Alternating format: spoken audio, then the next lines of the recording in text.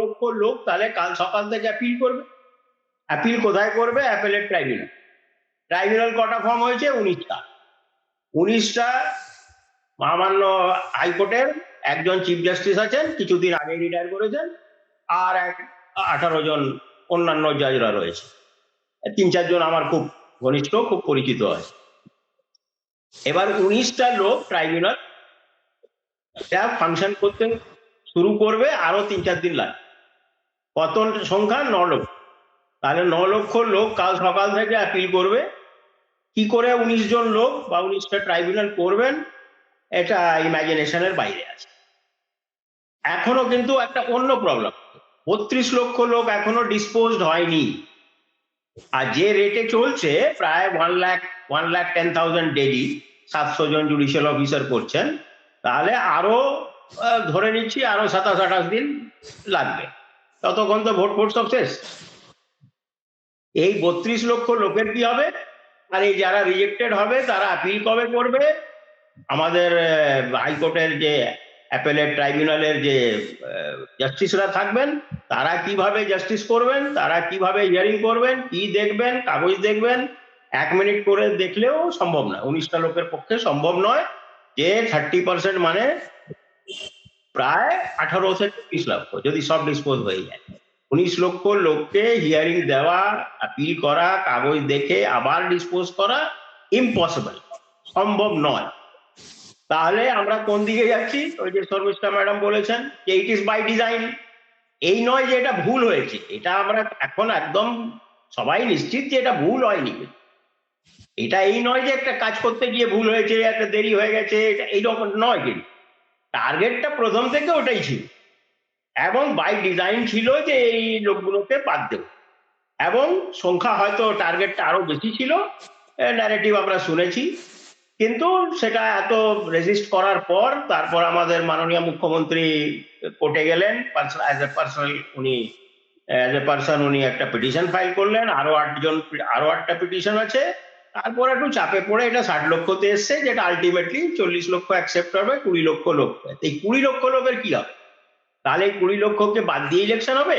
তো প্রশ্ন নম্বর 1, এটা ইলেকশন কমিশনের কাছে প্রশ্ন, যে ইলেকশন কমিশন কি ইলেকশন করবে 20 লক্ষকে বাদ দিয়ে? এবং সুপ্রিম কোর্ট কি ওর উপর স্ট্যাম্প লাগাবে যে হ্যাঁ এই 20 লক্ষকে বাদ দিয়ে ইলেকশন? তাহলে ইলেকশনের কতটা কনস্টিটিউশনাল ভ্যালিডিটি হবে? আর ভারতবর্ষের ইলেকশনের ওপরে তো গোটা পৃথিবীর নজর থাকে।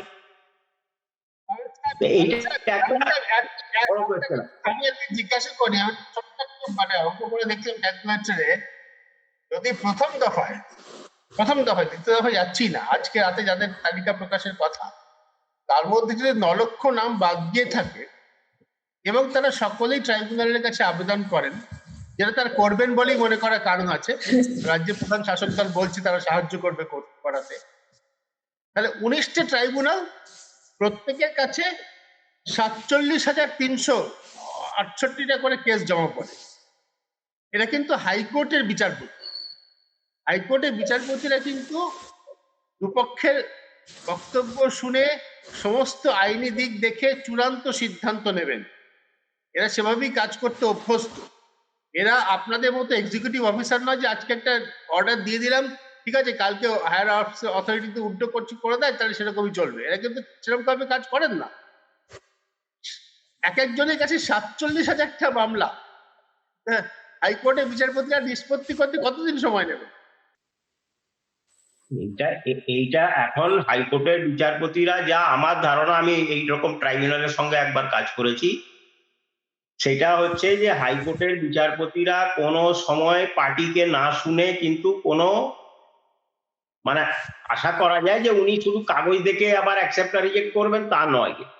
আমার মনে হয় এক্সপেক্টেড তাই আছে। পরে কি হবে সেটা তো জানতে পারবো আমরা, কিন্তু যদি হিয়ারিং দিতে শুরু করেন তাহলে ওই ভোটারকে একটা নোটিশ দিতে হবে, ওকে একটা টাইম ডেট একটা জায়গা বলতে হবে, তুমি অমুক জায়গায় এসো, কাগজপত্র নিয়ে আসবে, ও আসবে, উকিল আসবে, কেউ আসবে, কাগজপত্র দেখবে। এক একটা ভোটারকে তো একটা সময় দিতে হবে, কিন্তু সময়টাই তো নেই। আসল জিনিসটা হচ্ছে সময়। এই হয়তো সবাই পরে হয়তো ভোটার হয়ে যাবে বা হবে না বা কি হবে, একবার যদি এইবার যদি ডিসপোজ না হয় ভোটের আগে, তাহলে এই ট্রাইব্যুনাল অনির্দিষ্টকাল চলতে থাকবে, অনির্দিষ্টকাল চলবে, কোনো মতেই এটা ডিসপোজ হবে না। আর ওই 17-18 লক্ষ ভোটার, ওই 17-18 লক্ষ ভোটার কিন্তু ওই আসামের ভাষায় যদি আমরা বলি ডি ভোটার হয়ে থাকবে। তাও একটা পয়েন্ট অ্যাড আপ করবো এখানে আবিদ বাবুর সঙ্গে, সেটা হচ্ছে যে আজকের ইন্ডিয়ান এক্সপ্রেস কাগজের ফ্রন্ট পেজে একটা বড় বিজ্ঞাপন আছে, সেন্সাসের বিজ্ঞাপন। এরপরে এপ্রিল মাস থেকে সেন্সাস শুরু হবে, এবার হাউস টু হাউস এনলিস্টিং শুরু হবে। এবার এই 18 লক্ষ মানুষ, 19 লক্ষ মানুষ, 20 লক্ষ মানুষকে যদি প্রশ্ন করা হয় আপনার নামটি কি ভোটার তালিকায় আছে না নেই, তাহলে সেই নামটি কিন্তু সেন্সাস থেকেও বাদ যাবে। এবার যদি সেন্সাস থেকে বাদ যায় তার কাছে কিন্তু কোনো সরকারি সাহায্য পৌঁছবে না, এবং সরকার যে প্ল্যানগুলো করে সেন্সাসের উদ্দেশ্য সরকারি খরচ কিভাবে হবে, সরকারি নীতি কিভাবে নির্ধারিত হবে সেটার উপর। সেন্সাসে কি ফরম্যাটটা সেটা কিন্তু আমরা জানি না এখনো। সেটা না আজকে আমি বলছি না বলেছি আজকে সেই বিজ্ঞাপনটা দেখেই বলছি আমি যে সেন্সাসে কিন্তু এই প্রশ্নটা করা হবে। বিজ্ঞাপনে এতে কি বলা হয়েছে যে সেন্সাস জিজ্ঞাসা করা হবে আপনি ভোটার কিনা? না জিজ্ঞেস তো আগে ভোটার কিনা জিজ্ঞেস না করে, এটা তো নর্মাল প্রসিডিওরই আসবে আর কি। এটা এই পরপর এগুলো সবটাই চলবে। সেন্সাসে ভোটার কিনা জিজ্ঞাসা করা হয় না। আমি বলছি ডি ভোটার হলে তাকে কেউ ভারতীয় নাগরিক হিসেবেই ধরবেন না, সেটাই আমার বক্তব্য। সেন্সাসের সঙ্গে এখনই যুক্ত করলে কোনো কারণ, সেন্সাসে যেটা এনুমারেশন ফর্ম থাকে তার মধ্যে ভোটার কিনা জিজ্ঞাসা করা হয় না, সেটা হয় না, সেটা আমি জানি, সেটা আমারও সেন্সাস একটা 11 সালের সেন্সাস আমি দেখেছি, সেটা না। কিন্তু অঙ্কটা হচ্ছে যে এই ডি ভোটার হলে তার কাছে কি এই একই প্রশ্ন, মানে জানি না কি হবে, আমার জানা নেই আর কি, অনিশ্চয়তার মধ্যে এটাও আর কি, সেটাই আমার বক্তব্য। সেটা তো বটে। হ্যাঁ আমি বলছি হ্যাঁ শর্মিষ্ঠা বলুন একটু। হ্যাঁ, মানে ব্যাপারটা হচ্ছে যে আমাদের এখানে যেহেতু আন্ডার অ্যাডজুডিকেশন হয়েছে, অন্য রাজ্যগুলোতে কিন্তু কোথাও এই জিনিসটা হয়নি, আমাদের এখানে এটা একদম নতুন একটা ইউনিক ব্যাপার। তো এই যারা বাদ যাচ্ছেন তারা কিন্তু কোর্টের স্ট্যাম্প নিয়ে বাদ যাচ্ছেন, কোর্ট তাদের স্ট্যাম্প দিচ্ছে যে এরা হলেন না, সিলেক্টেড হলেন না। তো সেক্ষেত্রে তারা কিন্তু ওই বি ভোটারের ওই ক্যাটেগরিতেই চলে গেলেন, অর্থাৎ বেনাগরিক। এবার একজন বেনাগরিককে কি সেন্সাসে ধরা হবে? নাগরিক হিসেবেই তো তাকে ধরা হবে না। এবার সেখানে এই জায়গাটা কিন্তু এখনো পর্যন্ত এরকম নয়। তারা কোর্ট অ্যাডজুডিকেশন যেটা হয়েছে, এটা সুপ্রিম কোর্টে বলেছে, এটা আমাদের দেশের গণতান্ত্রিক ব্যবস্থাটা প্রথম এটা হয়েছে। অতীতে কোনোদিন হয়নি, এখন এইবার এসআইআর কোনো রাজ্য হয়নি। যেটা হচ্ছে সেটা আমাদের সংবিধানের ইতিহাসে প্রথম হচ্ছে।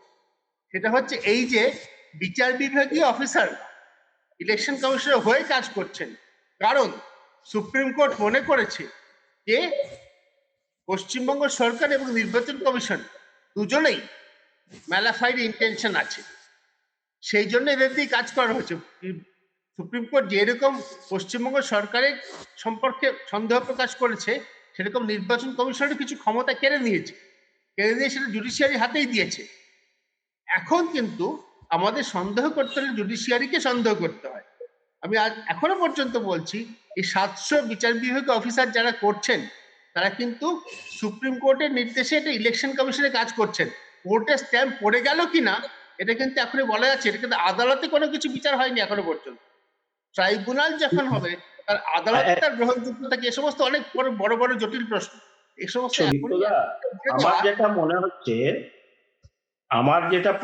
আমি যেটা বোঝাতে চাইছি সেটা হচ্ছে যে সব প্রক্রিয়া হবে এই ট্রাইব্যুনাল থেকে। ধরুন রিজেক্ট হলো, জুডিশিয়াল অফিসার রিজেক্ট করলেন, ট্রাইব্যুনালে গেলাম, ট্রাইব্যুনাল থেকে রিজেক্ট হলো, আমি হাইকোর্টে যেতে পারি, আমি সুপ্রিম কোর্টে যেতে পারি। ইস্যু ওটা নয়, কিন্তু ইস্যু হচ্ছে এই 18 লক্ষ লোক যাবে, হাইকোর্টে যেতে পারে, সুপ্রিম কোর্টে যেতে পারে, তার ভোটার রাইটে, ভোটিং রাইটে আবার ইনক্লুড হবে, সব হবে। কিন্তু এরা কি ফর নো মানে ফল্ট অফ দেয়ার্স, এই ভোটারদের তো কোনো ফল্ট নেই, ওদের ডেমোক্রেটিক রাইট 2026 অ্যাসেম্বলি ইলেকশনে কি এক্সারসাইজ করতে পারবে? দিস ইজ দ্য মূল কোয়েশ্চেন। পরে সব হবে, পরে সুপ্রিম কোর্ট অব্দি যাবে, সবই জানি আমরা। ট্রাইব্যুনাল তো আর ফাইনাল অথরিটি নয়, ট্রাইব্যুনালের উপরে, ট্রাইব্যুনালের অর্ডারের উপরে হাইকোর্টে অ্যাপিল হয়, তারপর সুপ্রিম কোর্টেও অ্যাপিল হয়, হয়েছে, অনেক হয়েছে। এই বেশি দূর যেতে হবে না। আমাদের ডিএ যে মামলা, এই পশ্চিমবঙ্গ সরকারের যে মামলা ছিল এটা তো স্যাটের কেস ছিল, স্টেট অ্যাডমিনিস্ট্রেটিভ ট্রাইব্যুনালের কেস ছিল। তারপর হাইকোর্টে গেছে, তারপর সুপ্রিম কোর্টে গেছে, সুপ্রিম কোর্ট থেকে ফাইনাল রায় বেরিয়েছে।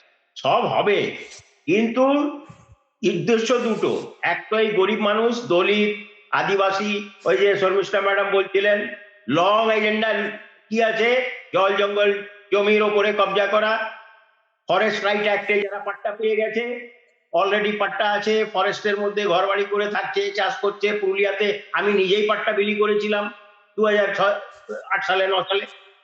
তো এই লোকগুলোকে আজকে ভোটার লিস্ট থেকে যদি বাদ দিয়ে দেওয়া হয়, এই ট্রাইবাল লোকগুলোকে, বা পুরুলিয়ার একটা সংখ্যাকে, বা রাজবংশীকে, বা এই মুর্শিদাবাদ মালদার যে সংখ্যালঘুরা, বা মতুয়ারা যে বাদ হয়ে গেছে, এদের যে অন্যান্য রাইট আছে, অ্যাজ এ সিটিজেন তো অনেকগুলো রাইট আছে, আমার অনেকগুলো বেনিফিট পাওয়ার রাইট আছে, সেই রাইট গুলো থেকে তারা বঞ্চিত হবে ইন দি মিন টাইম। এইটা কি হবে? আর এদের এই 26 সালে ভোট দিতে পারবে কি পারবে না, এখন প্রায়োরিটি এইটা। পরে লড়াই হবে, কি হবে, সুপ্রিম কোর্ট অব্দি যাবে, সুপ্রিম কোর্ট আর একটা রায় দেবে, সব হবে, কিন্তু ইট উইল টেক ইয়ার্স।